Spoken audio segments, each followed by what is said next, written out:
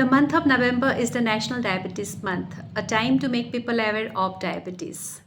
India is often referred to as the diabetes capital of the world, and it is because in most of the households you will see one or two cases of diabetes. According to a study published or conducted by Indian Council of Medical Research between October 2008 and December 2020, which was published in the journal of Lancet Diabetes and Endocrinology, it was mentioned that the prevalence of diabetes in our country was 11.4% and the prevalence rate of prediabetes was 15.3%. Most of the cases of diabetes was found in Goa, Puducherry and Kerala. According to World Health Organization, diabetes is the major cause of blindness, kidney failure, heart attacks, stroke and lower limb amputation. As per data published by ICMR in 2017, it is estimated that the death due to non-communicable diseases like diabetes in our country has increased from 37.9% in 1990 to 61.8% in 2016. देश में diabetes जैसे non communicable lifestyle diseases के बढ़ते हुए cases को देखते हुए इन सब विषयों पर जागरूकता लाना बहुत ज़रूरी है। चिंता के विषय ये है कि ऐसी बीमारियां आजकल कम उम्र के लोगों में भी देखने को मिल रहा है और उससे भी चिंताजनक विषय ये है कि देश में डायबिटीज़ के केसेस ऐसे लोग हैं जो जिनमें से 50% से ज़्यादा लोगों को ये पता भी नहीं कि उनको डायबिटीज़ या फिर उनका ये बीमारी डिटेक्ट ही नहीं हुआ है और इसकी मुख्य वजह है लोगों में जागरूकता की कमी। कई बार ऐसा भी देखा जाता है कि जानकारी होते हुए भी लोग ऐसे बीमारियों को इग्नोर करते हैं या फिर इसको बहुत इजीली लेते हैं, जिस वजह से आगे चलकर इसके कॉम्प्लिकेशंस होने के चांसेस बढ़ जाते हैं।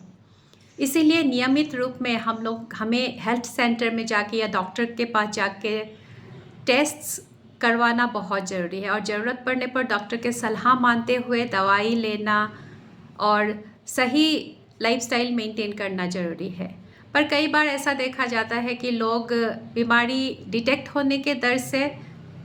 सही या सटीक टाइम पे जांच नहीं करवाते और डॉक्टर अगर कुछ दवाई या प्रेस्क्राइब करते भी है तो वो दवाई ना लेकर घरेलू उपचार करने लगते हैं या फिर कोई हर्बल सप्लीमेंट या ट्रीटमेंट करना शुरू कर देते हैं। ऐसा ही हुआ था कोविड के टाइम पे, जब सोशल मीडिया पोस्ट्स और बाकी कुछ प्रचार देखते हुए लोगों ने गिलोय का रस या काढ़ा इतनी ज़्यादा मात्रा में लेना शुरू कर दिया था जिस वजह से कई लोगों का लीवर डैमेज हो गया था। तो ऐसे सारे दवाई या सप्लीमेंट तभी कारगर साबित होता है जब आप इसके जानकारी रखने वाले कोई एक्सपर्ट डॉक्टर के सलाह लेकर सही मात्रा में इसे लें, वरना ऐसे घरेलू उपचार या ट्रीटमेंट से खतरा होने के चांसेस ही ज़्यादा होता है। डायबिटीज़ एक ऐसी बीमारी है जिनका संपूर्ण रूप से क्योर नहीं हो सकता,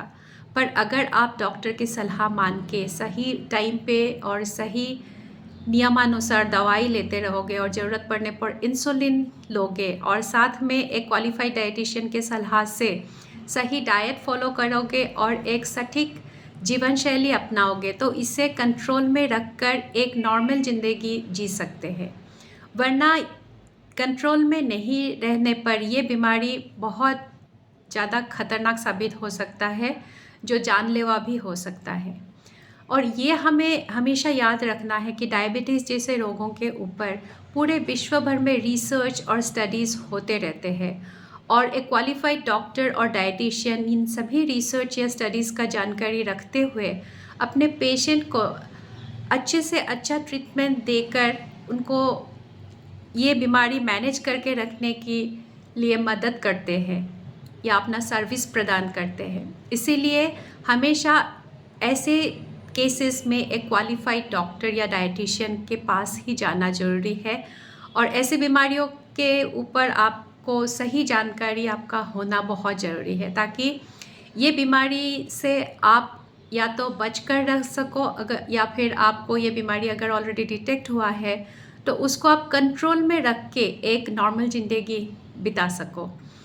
इन्हीं सब मकसदों से मैंने ये अपना diabetes prevention and management series शुरू करने की सोचा है, और इससे रिलेटेड वीडियोस मैं आप तक पहुंचाती रहूँगी ताकि आपको ऐसे विषय पर सही जानकारी दे सकूँ। जल्द ही मिलेंगे। Till then, I would request you all to kindly subscribe to my YouTube channel so that you can stay updated with my upcoming videos on diabetes prevention and management. Thank you.